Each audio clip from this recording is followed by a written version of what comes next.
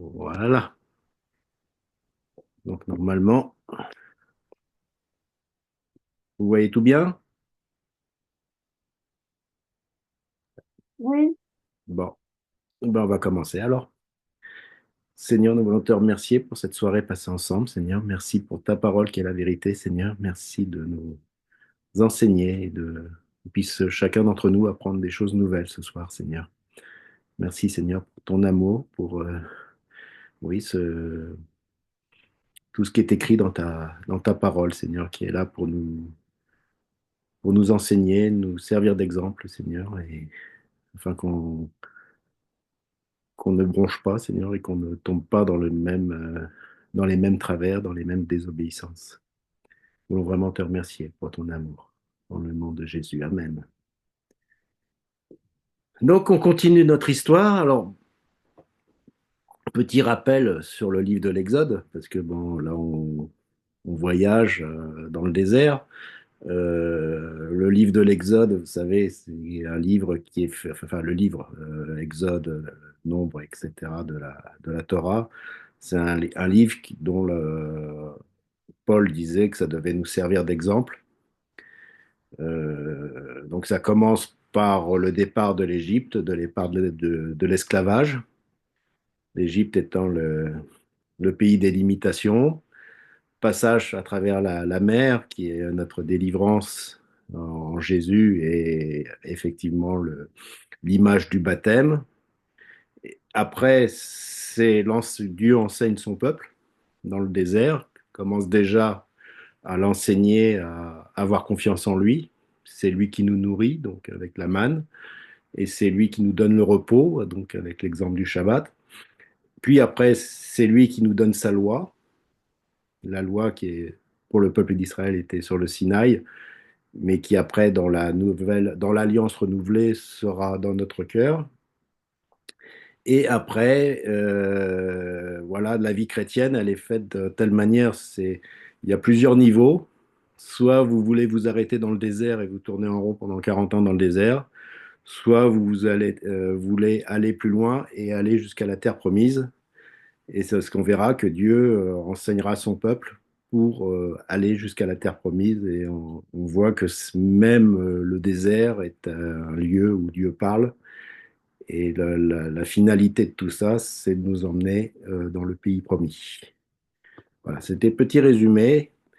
Donc, on a vu que le peuple d'Israël était en mauvaise posture, puisque il a dédaigné la terre promise par les 12 espions. Hein, et Dieu donc s'est mis en colère et a dit que cette génération des hommes au-dessus de 20 ans qui ont dédaigné de rentrer dans la terre promise par crainte. Ils avaient peur des géants, ils avaient peur de tout, alors que Dieu était avec eux. Bah, Dieu a dit, bah, maintenant c'est fini pour vous. Je retire ma présence et vous tournerez dans le désert pendant 40 ans. Et l'avenir maintenant, c'est la génération future, vos enfants, et qui, eux, devront être formés pour rentrer dans ce pays. Et donc, malgré tout, Dieu continue à enseigner son peuple pas pour la génération effectivement qui a péché, mais pour la génération suivante.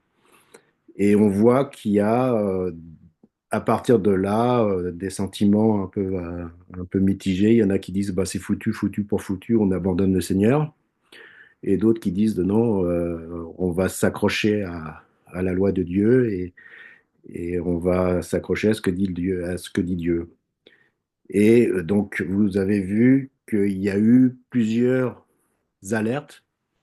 Bon, le veau d'or en était une qui est venue par le petit peuple, on va dire, par le Erevrav, qui est le peuple qui était au milieu du peuple d'Israël. Ça a été puni.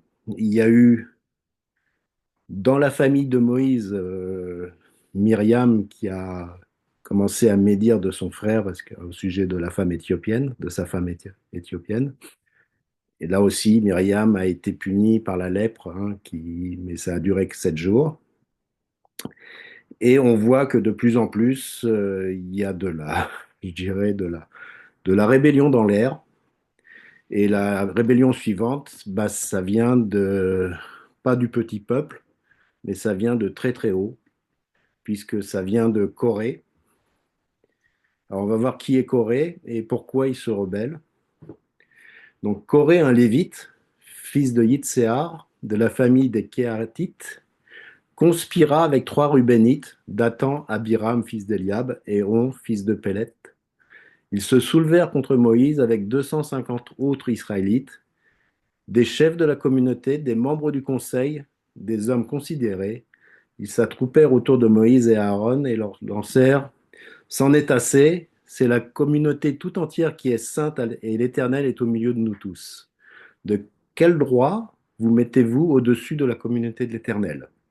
En entendant ces reproches, Moïse se jeta face contre terre, puis s'adressa à Corée et à toute sa troupe en disant: Demain matin, l'Éternel fera connaître celui qui lui appartient et qui est saint et qui peut venir en sa présence, et il fera approcher de lui celui qu'il choisira. Alors moi j'avais une question à vous poser. Est-ce que la revendication, on va dire, les revendications de Corée sont justifiées? Vous avez le droit de répondre. Bah oui, moi, il me semble justifié, hein. Pourquoi? Ben,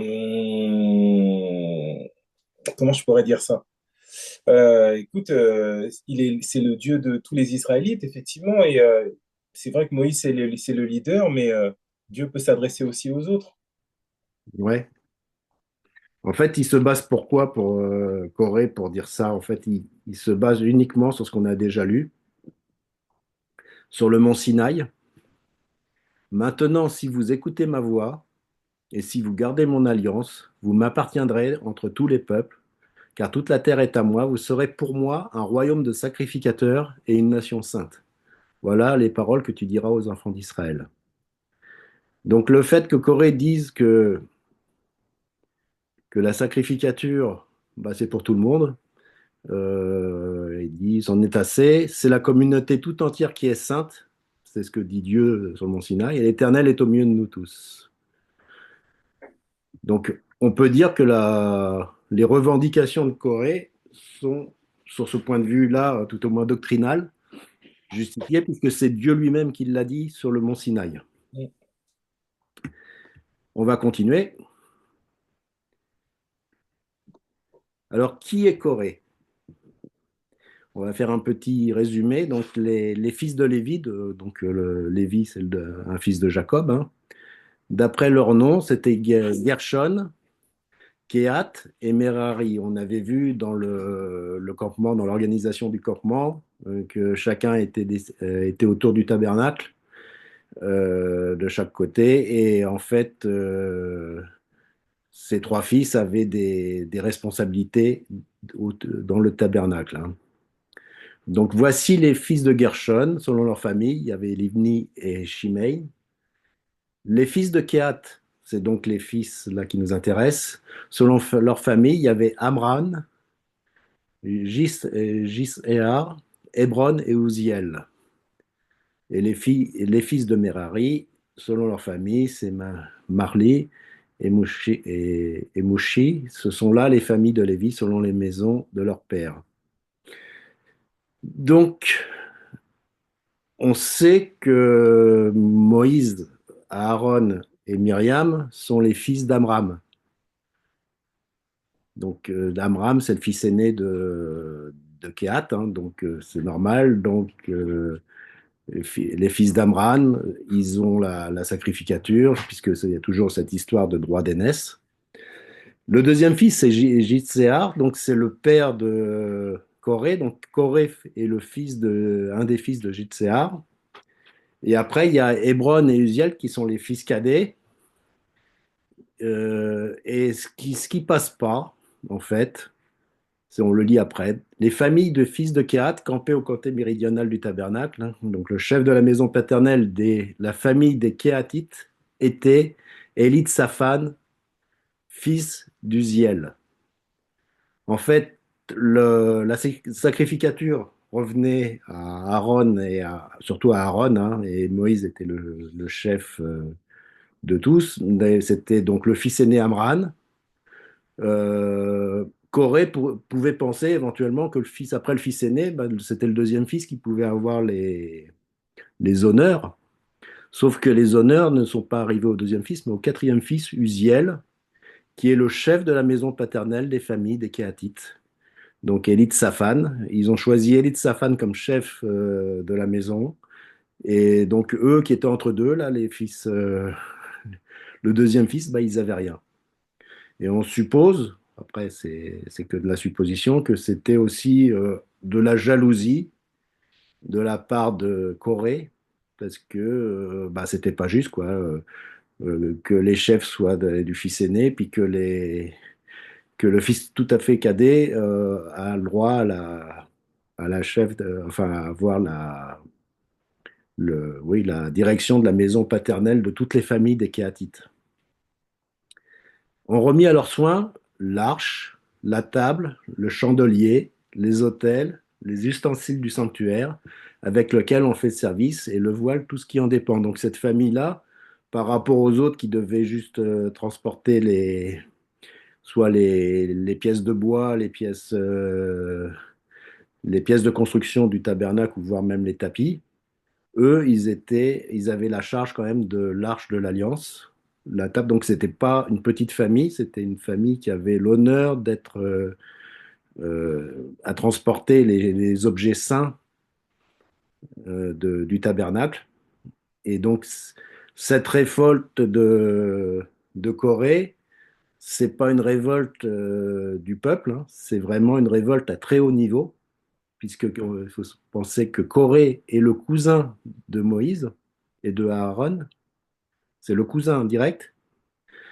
Et c'était pas du petit peuple, hein, puisque c'est comme il disait, on relit dans le texte, c'était les chefs de la communauté, des membres du conseil, donc les anciens, hein, de ceux qui avaient été nommés à la tête de 1000, à la tête des 100, tous ceux qui étaient des hommes considérés, donc c'était pas de la, comme dit la Bible, des vauriens, c'était vraiment à très haut niveau, je dirais c'est presque le gouvernement qui se rebelle contre son roi, quoi. Donc c'était pas une petite révolte, comme on dit en France, hein, c'était plutôt une révolution, cette, euh, cette rébellion.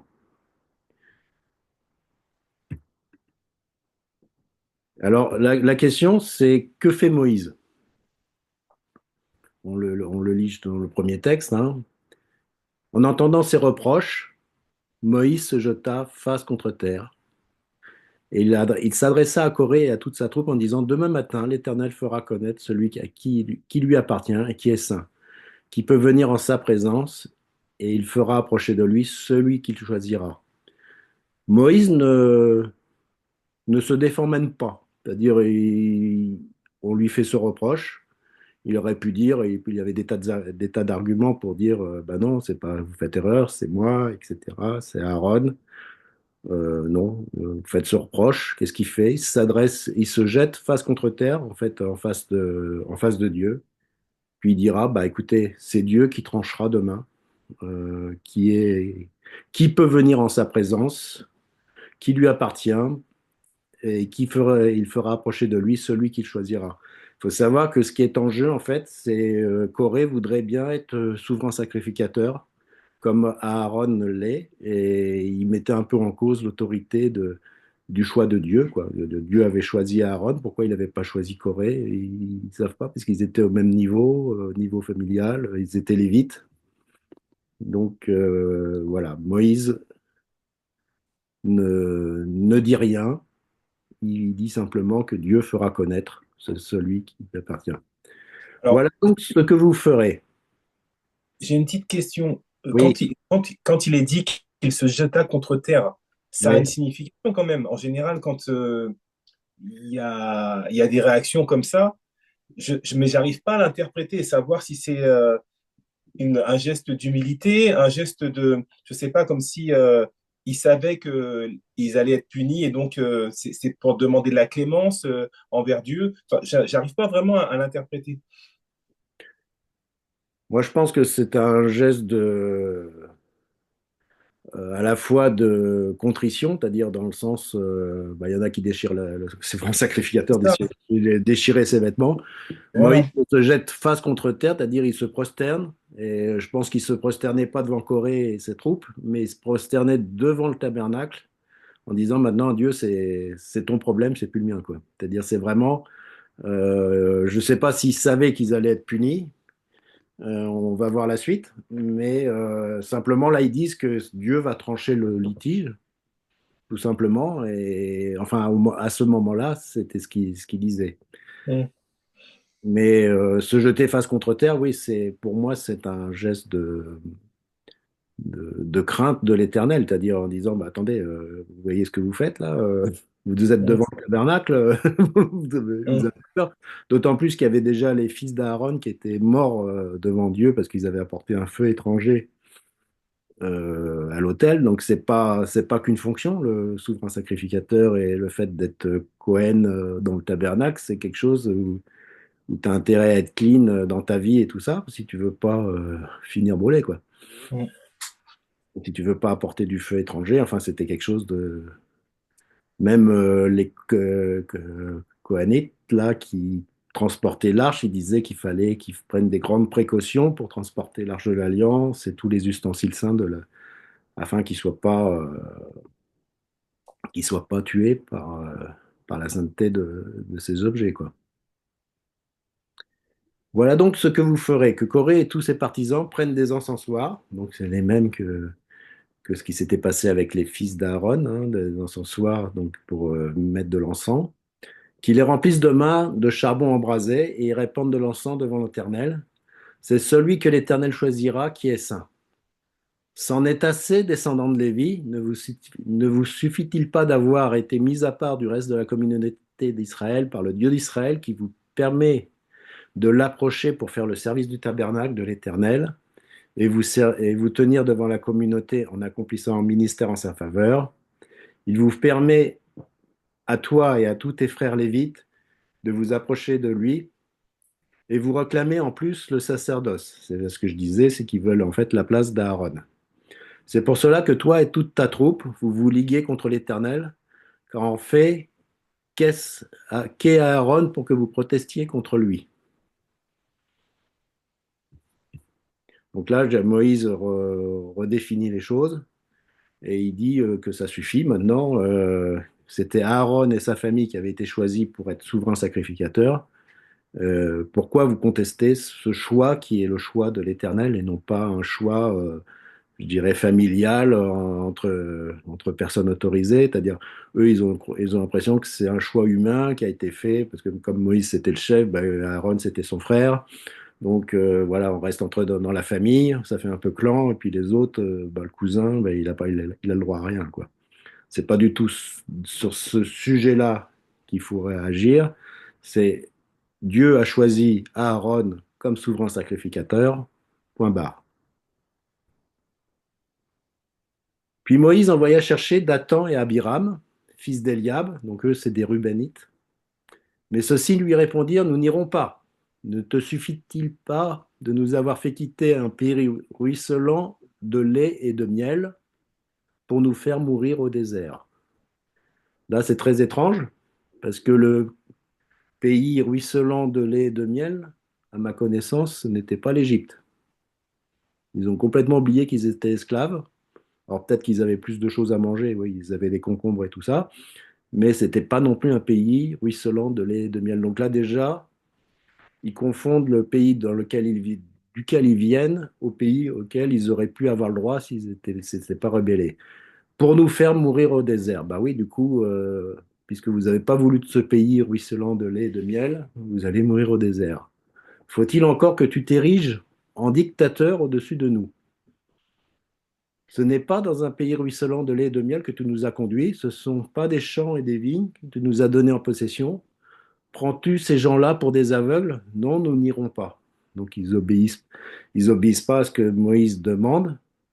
Sous-entendu que bah, c'est de la faute de Moïse s'ils sont dans le désert et qu'il n'a pas donné de champs, de vignes et tout ça, alors que c'est pas du tout la faute de Moïse, c'est la faute de l'incrédulité de ces gens qui ont pas voulu, qui ont eu peur des géants pour prendre possession du pays. Et là, il y a un passage qui dénote de tout le reste qu'on connaît de Moïse. Moïse entra dans une violente colère et il dit à l'Éternel, il parle à Dieu, n'accepte pas leur offrande. Je n'ai jamais rien pris de ce qui leur appartenait, pas même un âne, je n'ai fait de tort à aucun d'eux. Moïse, qui est toujours si prompt à négocier avec Dieu, vous savez, à chaque fois, ne détruis pas ce peuple, voilà, et repens-toi. Enfin, même il a été dire une fois, repens-toi à Dieu. Là, il dit, bah, pardonne pas, quoi. N'accepte pas leur offrande. Et Moïse rentre dans une violente colère, c'est-à-dire Moïse patient, là, du coup, il n'est plus du tout patient. Et il demande même à Dieu de ne pas accepter, de ne pas pardonner leurs péchés, quoi, carrément. Donc on est loin du Moïse intercesseur pour le peuple. Et Moïse dit à Corée, toi et toute ta troupe, présentez-vous demain avec Aaron devant l'Éternel. Prenez chacun votre encensoir, mettez-y de l'encens et présentez-vous devant l'Éternel avec vos 250 encensoirs. Toi aussi et Aaron, vous tiendrez chacun le vôtre. Donc Aaron aussi est dans le choix, on va dire, hein, savoir qui est le souverain sacrificateur. Donc Aaron, lui aussi, aura son encensoir. Chacun prit donc son encensoir et y mit des charbons ardents qu'il couvrit d'encens. Et ils se placèrent tous à l'entrée de la tente de la rencontre, de même que Moïse et Aaron. Corée avait rassemblé toute la communauté à l'entrée de la tente de la rencontre en l'excitant contre eux, donc les 250 personnes qui étaient avec lui. Soudain, la gloire de l'Éternel apparut à toute l'assemblée.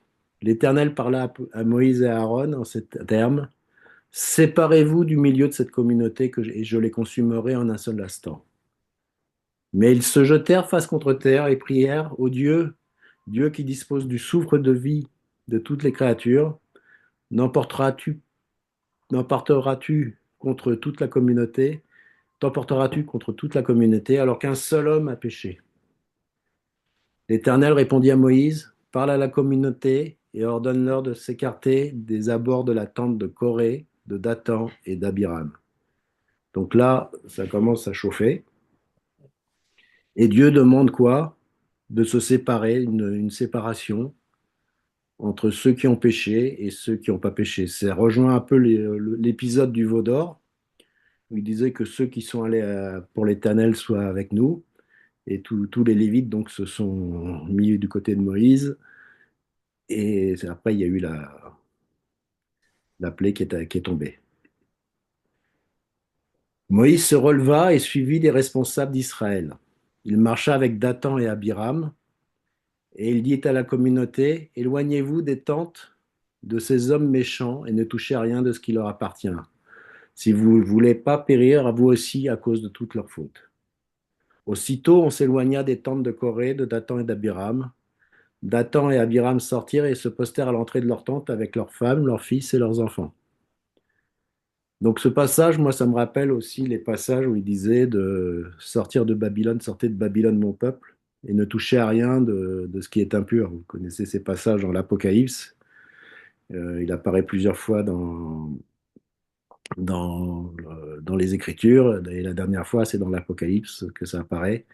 Donc là, il y a une séparation qui doit se faire entre les méchants et les bons. Enfin, ceux qui sont innocents, tout au moins. Moïse déclara, voici comment vous reconnaîtrez que l'Éternel m'a confié la mission d'accomplir tout ce que je fais et que je n'agis pas de mon propre chef. Donc là, Moïse doit prouver que c'est pas de la politique qu'il fait, c'est que vraiment, que c'est Dieu qui lui a confié cette mission de sortir le peuple d'Israël d'Égypte et de le mener au pays promis.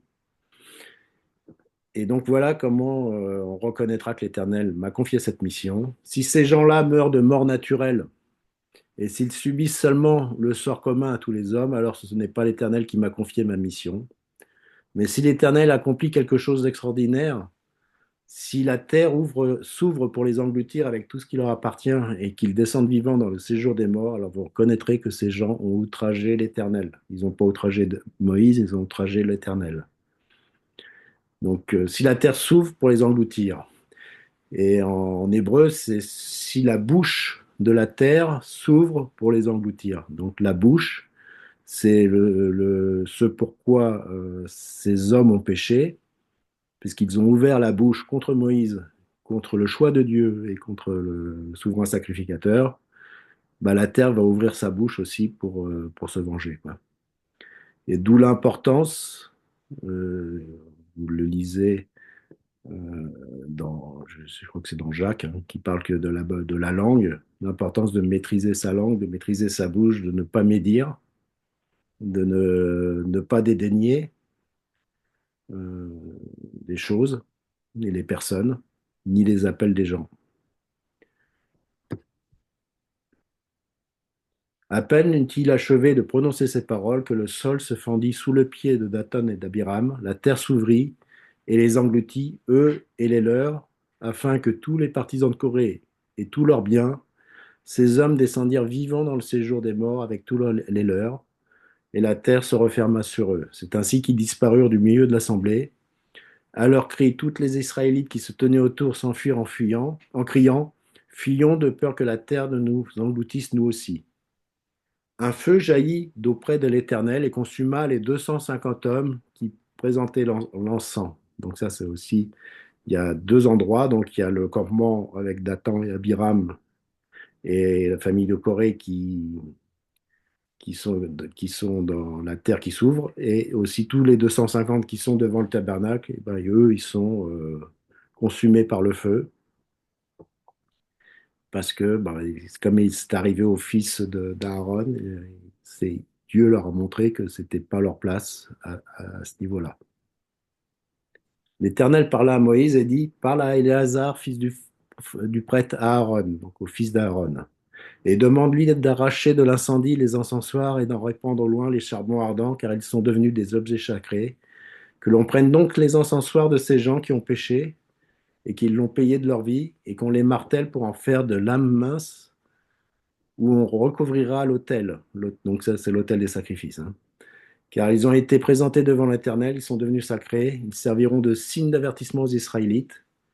Et Léazar le prêtre prit les brasiers de bronze qui avaient présenté les hommes qui avaient été et consumés, et on en prit les lames pour recouvrir l'autel. Ces plaques rappellent aux Israélites qu'aucun profane, étranger à la descendance d'Aaron, ne doit s'approcher pour offrir de l'encens devant l'Éternel, sous peine de subir le même sort que Corée et sa troupe, comme l'Éternel l'avait demandé par l'intermédiaire de Moïse.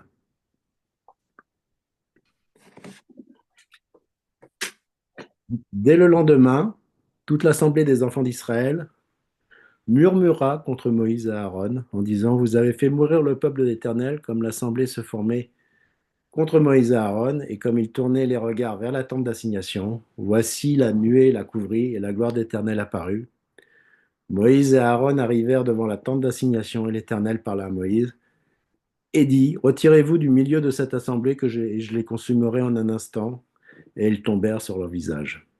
Alors là, c'est quand même assez étrange parce qu'avec tout ce qui s'est passé, la terre qui s'ouvre, qui détruit toutes les familles de Dathan, Abiram et Corée, le feu qui fout, enfin, qui brûle, qui consume 250 personnes devant le tabernacle. Dès le lendemain, ils n'ont pas froid aux yeux, toute l'assemblée continue à murmurer contre Moïse et Aaron. Vous avez fait mourir, comme si c'était Moïse qui avait fait mourir le peuple de l'Éternel. C'est pas Dieu, hein, c'est Moïse et Aaron qui ont fait mourir. Et là, Dieu donc se fâche cette fois-ci en disant, retirez-vous du milieu de cette assemblée, vous consumerai en un instant, et ils tombèrent sur leur visage. Et qu'est-ce qui se passe? Moïse dit à Aaron, prends le brasier, mets-y du feu dessus, de dessus l'autel, pose-y du parfum, va promptement vers l'assemblée et fais pour eux l'expiation. Car la colère de l'Éternel a éclaté et la plaie a commencé. Aaron prit le brasier comme Moïse l'avait dit et courut au milieu de l'assemblée. Et voici la plaie avait commencé parmi le peuple. Il offrit le parfum et fit l'expiation pour le peuple. Il se plaça entre les morts et les vivants, et la plaie fut arrêtée. Il y eut 14 700 personnes qui moururent de cette plaie, outre ceux qui avaient été morts à cause de Corée. Aaron retourna auprès de Moïse à l'entrée de la tente d'assignation. La plaie était arrêtée. Bon, c'est pas un texte joyeux là que je vous raconte, hein. Je sais pas ce que vous en pensez. C'est vrai que le peuple est dur. Enfin, quand on parle d'un peuple avec un trou roide, enfin, c'est vrai, on le vérifie là. Malgré les signes, les prodiges qu'il voit, il continue d'agir contre l'Éternel et il y a des plaies, il y a des morts derrière. C'est triste. Ouais. Et ce qui est là, c'est on voit autant au début il avait dit pour Corée que n'est pas égard à leur offrande. Autant là, quand la plaie a commencé à toucher le peuple, Moïse a dit à Aaron d'intercéder, c'est-à-dire il se trouve entre les vivants et les morts avec son parfum, donc il y a un parfum d'expiation, pour arrêter la plaie.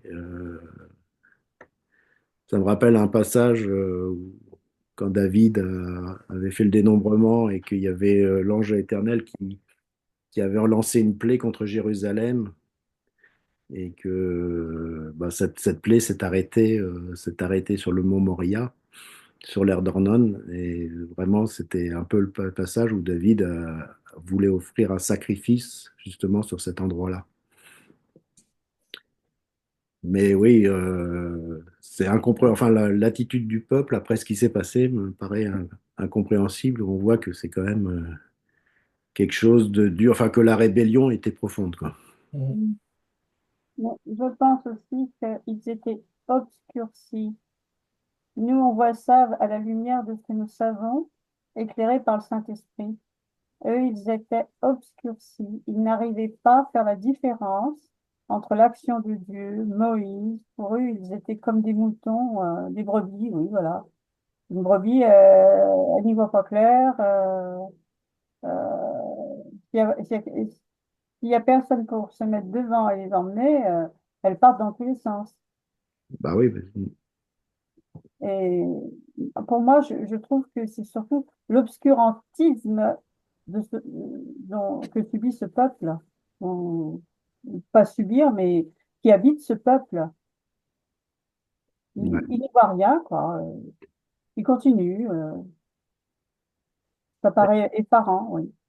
Ouais, et puis il continue et accuser Moïse et Aaron Ah bah ouais, de ils n'ont choses rien compris au film, hein. qu'ils n'ont rien compris, alors que la terre qui s'ouvre, c'est quand même pas Moïse qui l'a fait, quoi.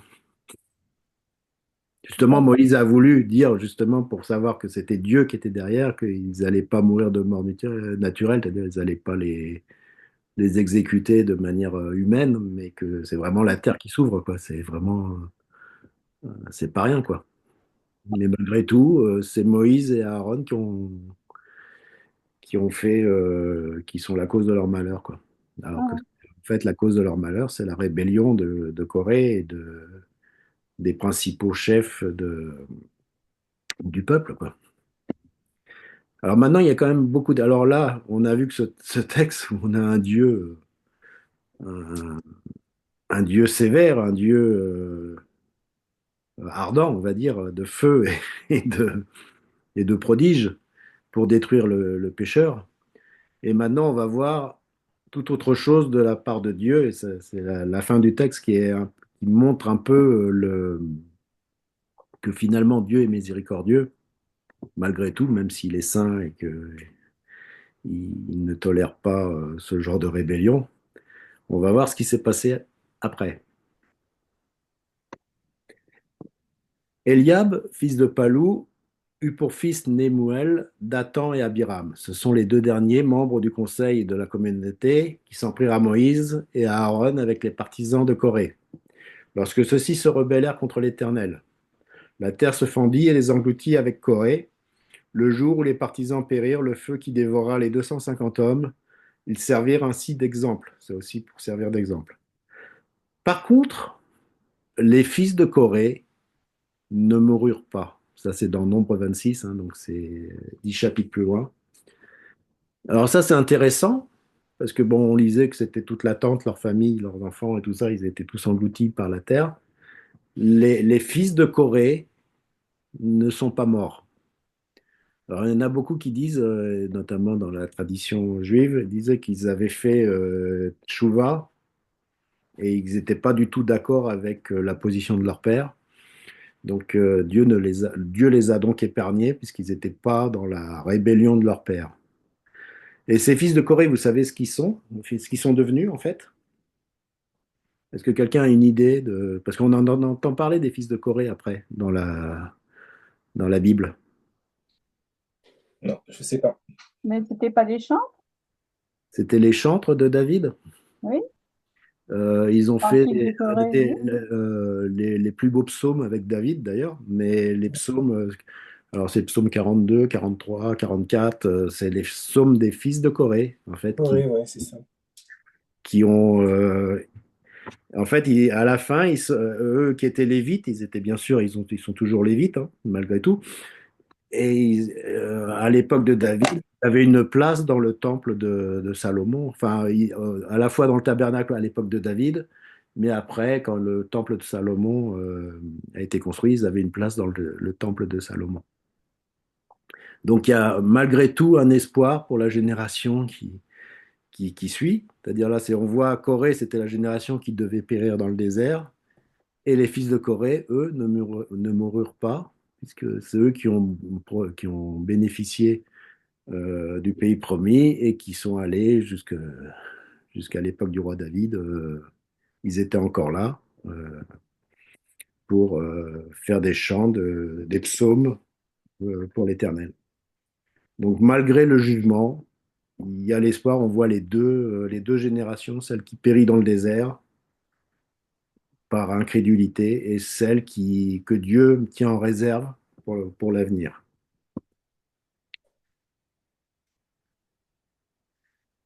Et donc, comme il y avait toujours ce problème d'autorité, le Seigneur dit à Moïse, parle aux Israélites. Donc là, il n'y a plus l'appeler, hein, et demande-leur un bâton par famille, un bâton à chacun de leurs princes, famille par famille, soit 12 bâtons, puisqu'il y a 12 tribus. Tu écriras le nom de chacun sur son bâton. Tu écriras le nom d'Aaron sur le bâton de Lévi. Il y aura un bâton pour chaque chef de famille. Tu les déposeras dans la tente de la rencontre devant le témoignage. Là où je vous rencontre, l'homme que je choisirai, son bâton bourgeonnera. Ainsi, je ferai en sorte que les Israélites cessent de maugréer contre vous. Alors là, c'est une histoire de bâton. Alors on pense que le bâton, c'est juste un truc pour faire joli, mais en fait, le bâton à l'époque, à cette époque-là, c'était vraiment le symbole de notre autorité paternelle, hein, c'est-à-dire c'était vraiment le patriarche qui avait le bâton. Et sur ce bâton-là, normalement, étaient marquées toutes les expériences de la famille. C'était aussi là où il y avait le cachet. Bon, vous connaissez l'histoire de Judas qui est allé voir Tamar et qui lui a laissé son bâton et son cachet. Donc c'était pas rien un bâton. C'était pas un truc pour nous aider à marcher, hein, parce que c'était plutôt un symbole je pourrais dire, c'est notre pièce d'identité, quoi. C'est-à-dire, c'est vraiment le symbole D'appartenance. d'appartenance à la famille. Et le bâton d'Aaron, donc il parlait du bâton, il écrira sur le nom d'Aaron sur le bâton de Lévi. Donc, vous savez ce qu'il a fait, le bâton d'Aaron? Il a fleuri. Il a Comment? fleuri aussi. Il a fleuri. Non, non, mais avant ça, avant ce passage-là. C'est le bâton qui a été jeté devant Pharaon pour se transformer en serpent. C'est le bâton qui a touché le Nil pour transformer l'eau du Nil en sang. C'est ce bâton-là, c'est le bâton d'Aaron qui avait fait les plaies d'Égypte. Et c'est ce bâton-là qui, à la fin, va fleurir, quoi. C'est le bâton si vous relisez Exode, vous verrez que c'est pas le bâton. Moïse, le bâton de Moïse, ça a été vraiment pour ouvrir la mer. Mais les autres plaies, généralement, c'était Aaron le Seigneur dit à Moïse, prends le bâton d'Aaron et jette-le devant le pharaon, etc. Il deviendra un serpent. Donc, C'est aussi un bâton qui a je dirais, du passif, puisque c'est un bâton qui a servi à libérer le peuple d'Israël du pays d'Égypte. Moïse parla aux Israélites, tous leurs princes lui donnèrent un bâton, chaque prince un bâton, famille par famille, soit 12 bâtons. Le bâton d'Aaron était au milieu de leurs bâtons. Moïse déposa les bâtons devant le Seigneur dans la tente du témoignage. Le lendemain, lorsque Moïse entra dans la tente du témoignage, le bâton d'Aaron pour la maison de Lévi avait bourgeonné, il avait produit des bourgeons, avait donné des fleurs et avait même fait mûrir des amandes. Moïse retira tous les bâtons de devant les seigneurs et les montra à tous les Israélites. Ils les virent et chacun reprit son bâton. Donc là, on voit quand même un symbole d'une résurrection. Parce que vous comprenez bien qu'un bâton, c'est un bout de bois sec, mais sec depuis très longtemps, normalement. Donc un bout de bois mort. Et là, devant l'Éternel, ce bout de bois a fait des bourgeons, a fait des fleurs. Et les fleurs d'amandier, c'est aussi un symbole d'Israël, hein, c'est vraiment l'amandier, c'est le premier arbre au Moyen-Orient qui fleurit après l'hiver. Et les fleurs d'amandier, c'est vraiment aussi le symbole de la maison d'Israël qui ressuscite après une longue période de sécheresse, une longue période de mort.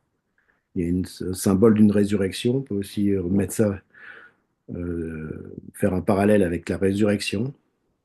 Et non seulement une résurrection du bâton, mais aussi qui porte du fruit, puisqu'il produit non seulement des fleurs, des bourgeons, mais il fait mûrir aussi des amandes en une nuit.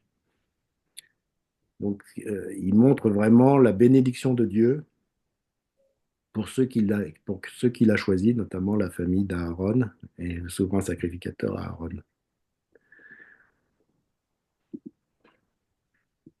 Le Seigneur dit à Moïse, rapporte le bâton d'Aaron devant le témoignage, donc devant l'arche de l'alliance, afin qu'il soit conservé comme un signe pour les rebelles. Tu les empêcheras ainsi de me gréer contre moi, et ils ne mourront pas. Voici ce que dit le Seigneur. Moïse fit ce que le Seigneur lui avait ordonné. Ainsi fit-il. Les Israélites dirent à Moïse, c'en est fini de nous. Nous sommes perdus, nous sommes tous perdus. Quiconque se présente devant la demeure du Seigneur meurt. Nous faudra-t-il tous finir ainsi? Là encore, la réaction est bizarre.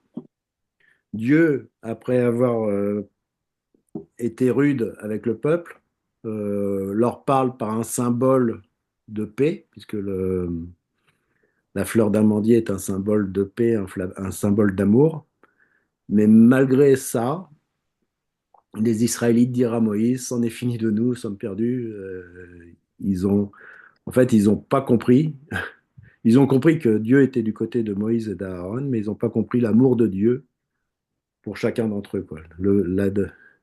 Quiconque se présente devant la demeure du Seigneur meurt. Nous faudra-t-il tous finir ainsi? Donc ils sont dans un certain pessimisme. Alors est-ce que c'est la génération qui doit effectivement mourir dans le désert qui dit ça?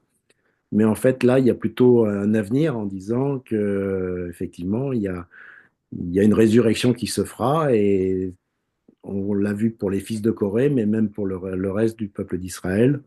Il y a un avenir pour le peuple d'Israël, quoi. Un avenir refleurisse, qui porte du fruit. Et Dieu peut faire de quelque chose de sec, peut faire revivre quelque chose de complètement sec, notamment un cœur sec, il peut le faire refleurir et le faire porter du fruit. Et donc ce bâton sera mis dans l'arche de l'alliance avec la manne et avec les tables de la loi. Donc ça fait partie des objets qui seront mis à l'intérieur de l'Arche de l'Alliance.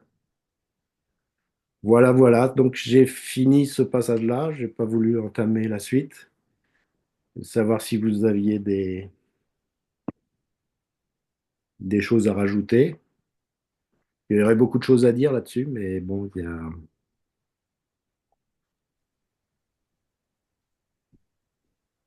Et ce qui est étonnant, quand même, c'est que, en fait, Dieu donne ce signe, le bâton d'Aaron, comme un signe, afin qu'il soit conservé comme un signe pour les rebelles, donc pour ceux qui auraient envie de se rebeller une nouvelle fois. Et ce signe, par ce signe, tu les empêcheras ainsi de maugréer contre moi, et ils ne mourront pas. En fait, Dieu protège, par ce signe, il veut protéger le peuple d'Israël de toute prochaine rébellion, parce qu'ils savent que c'est à chaque fois qu'ils feront une rébellion, de toute façon, ils vont mourir. Donc, c'est pour justement leur sauver la vie que Dieu donne ce signe du bâton d'Aaron pour pas qu'il maugréent et qu'il murmure. Alors, maugréer, ça veut dire murmurer aussi, contre lui.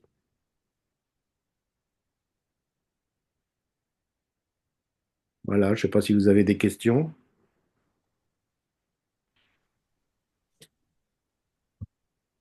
peut-être des choses à rajouter que j'ai pas vues. Quand il dit c'en est fini de nous, nous sommes perdus, nous sommes tous perdus, ben, Ouais, peut-être que par ce signe-là, ils réalisent qu'ils étaient dans l'erreur avant et qu'ils ont offensé l'Éternel. Donc, ils ont peur pour leur vie quelque part, alors que, comme tu dis, c'est pas un signe pour les menacer, c'est un signe justement de paix. Donc, ils ont pas, encore une fois, ils n'ont pas compris le message. Moi, c'est comme ça que je l'interprète, du moins. ouais, ça, c'est, oui, on peut le comprendre comme ça, hein. On peut le comprendre comme ça parce que c'est vraiment très bizarre comme réaction de dire nous sommes perdus, nous sommes tous perdus, pauvre de moi. Donc, du coup, là, c'est surtout que c'est faux en plus, l'histoire de dire que quiconque se présente devant la demeure de Seigneur meurt. Non. Bah, moi, je pense que d'un seul coup, ils viennent de comprendre quelque chose. Oui, Oui, c'est ça, oui. Leurs yeux se sont ouverts là, parce que euh, faudra-t-il que pour nous tous d'en finir ainsi, ils ont bien compris ce qui s'était passé. Que Ouais, jusque-là, c'était pas clair du tout, hein, dans la réaction qui nous a été rapportée en tout cas. ouais, tout à fait, oui. Bah, je pense que oui, on peut appeler ça une conviction de péché. Pour l'instant, je le vois comme ça. Ouais. D'autant que, attends, ils sont dans le sacerdoce. C'est pas le peuple là, hein. Ah, là, je sais pas. C'est pas dit, c'est plus les Lévites, là, Ah ouais, les Israélites, oui. c'est les Israélites tout entiers, hein. Ouais, ouais, ouais. C'est tout le peuple, en fait, là. Le sacerdoce, c'était Corée, la révolte de Corée, mais là, euh, là, je pense que c'est tout le peuple, parce que même au moment où Dieu en détruit 14 000, ou je sais plus combien, là, euh, Beaucoup, hein. euh, 14 700. 14 700, c'est parmi marqué que c'est le peuple, hein. C'est l'Assemblée, enfin, l'Assemblée qui, en plus de ce qui s'est passé avec Corée, le peuple s'est aussi révolté, quoi. Oui, bah, outre les Coréens là, oui. Ça a été vraiment la révolution, quoi. Non. C'est- C'était à très haut niveau, au niveau du gouvernement du peuple, parce que c'était quand même les chefs des 100, des 1000, etc., qui se sont révoltés. C'est pas le bas peuple, hein. Mm. C'est pas le tiers état, comme on dit, qui s'est révolté. C'est vraiment la noblesse. Ouais. Et ça comme ça, qui s'est révolté contre Moïse Mm. et qui a entraîné tout le reste du peuple, bien sûr. Donc voilà. Je sais pas si c'est clair pour vous, mais ça fait encore un passage qui peut nous servir, nous, d'exemple, où nous devons, on peut avoir raison, surtout, c'est-à-dire, doctrinement, on peut avoir raison, mais on peut avoir tort de la manière de faire. Ah, ah. Parce que Corée, il avait raison, hein. Mais sauf qu'il n'a pas compris que Dieu avait appelé Moïse et Aaron, et que c'était un choix de Dieu, que c'était pas un choix des hommes qui s'étaient autoproclamés, quoi. Bah, le problème aussi, c'est que, d'accord, ça se passe encore comme ça. Quelqu'un n'est pas d'accord, il va chercher une troupe pour se convaincre lui-même et appuyer son réquisitoire pour prouver que il a raison. Il a raison, ouais. Ça se passe aussi comme ça. C'est pas le fait d'un seul homme. Mhm. Et on pense que Après, c'est c'est dans vrai, la majorité du nombre qu'on a la légitimité. mais ils avaient des ambitions aussi derrière. C'est ça. Oui, oui, il y avait un petit peu de enfin pour tout moi, pour Voilà. le Corée, il y avait une jalousie, puisque Bah oui. c'est ce que j'ai expliqué. Il a été touché que bah, son frère aîné avait, enfin, les enfants de son frère aîné avaient, enfin, de son oncle, avaient c'était Moïse et Aaron, et que le fils cadet était le chef de tous les Kéatites. Alors que normalement, dans l'ordre, je dirais, dans l'ordre du trône, on peut appeler ça comme ça, je sais pas, dans la famille régnante, ça aurait dû être lui qui aurait dû avoir la responsabilité de toute la famille des Kéatites. On peut supposer, et c'est comme ça que certains rabbins le disent, que ça a été la cause de la rébellion, en fait. Une des causes de la rébellion, c'était la jalousie. La jalousie parce que chacun voulait un petit peu de pouvoir quand même. C'est-à-dire, bon, ouais, tu donnes du pouvoir à mon frère aîné, pas à mon frère aîné, à mon oncle, enfin, à l'aîné de mon père, et tu donnes du pouvoir au fils cadet de mon père, quoi. Mhm. Voilà, bon, ben, attendez, je vais couper l'enregistrement.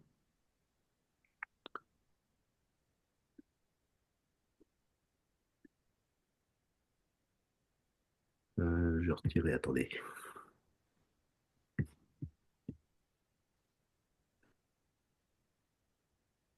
Partage.